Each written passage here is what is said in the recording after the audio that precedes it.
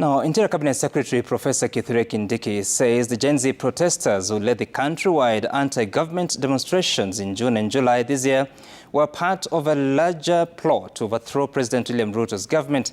The CS, who appeared before the National Assembly's Security and Administration Committee, defended the conduct of police officers during the demos, saying if the police did not use lethal force, the protesters would have taken over the country illegally.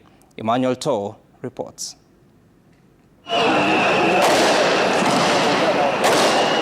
On the third month's anniversary of the Occupy Parliament demos, which left several bodies strewn in and outside Parliament on the 25th of June when protesters overpowered the police and broke into Parliament buildings, Interior CS Professor Kindiki maintains the aim of the protesters who invaded Parliament and other critical government installations was to overthrow the government and suspend the constitution.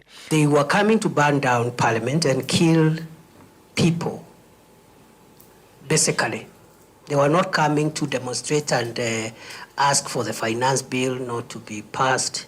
They were coming to cause grave harm. Because if we overthrow constitutional institutions like Parliament, judiciary, the executive, we have no country. The things we are discussing here, we will not have even this discussion where a parliamentary committee is grilling the security minister, because the country will not be there in the first place. The CS defending the conduct of the police who have been accused of using excessive force to deal with the protesters, saying the use of live rounds was justified to neutralize the protesters who went overboard, adding that not all protesters who succumbed to gunshot wounds were shot by the police. I can say this without fear of contradiction. The fact that somebody has died through a bullet where police officers were trying to control a crowd is not conclusive proof that that person has been killed by a police officer. And that's why the justice systems must help us establish the truth without shielding anybody. If a police officer went outside the law, they must be held accountable. In his statement, the CS said only 42 people died in the protests against the record of over 60 by the Kenya National Commission on Human Rights.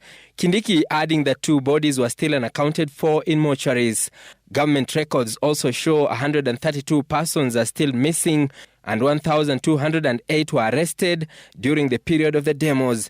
During the session, tempers flared up as members of Parliament from the northeastern region demanded that CS Kindiki produces Dela Ward MCA Yusuf Hussein Abdi, who has been missing for the past 16 days. If this particular leader has committed any crime, he's supposed to be before a court of law, not in detention,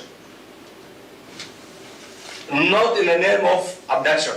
We want our honorable member back. We want our son back. We are not asking for much. He is in the hands of the security agencies. Hussein was allegedly abducted on his way to South Sea in Nairobi. Emmanuel Toh, Citizen TV, Nairobi.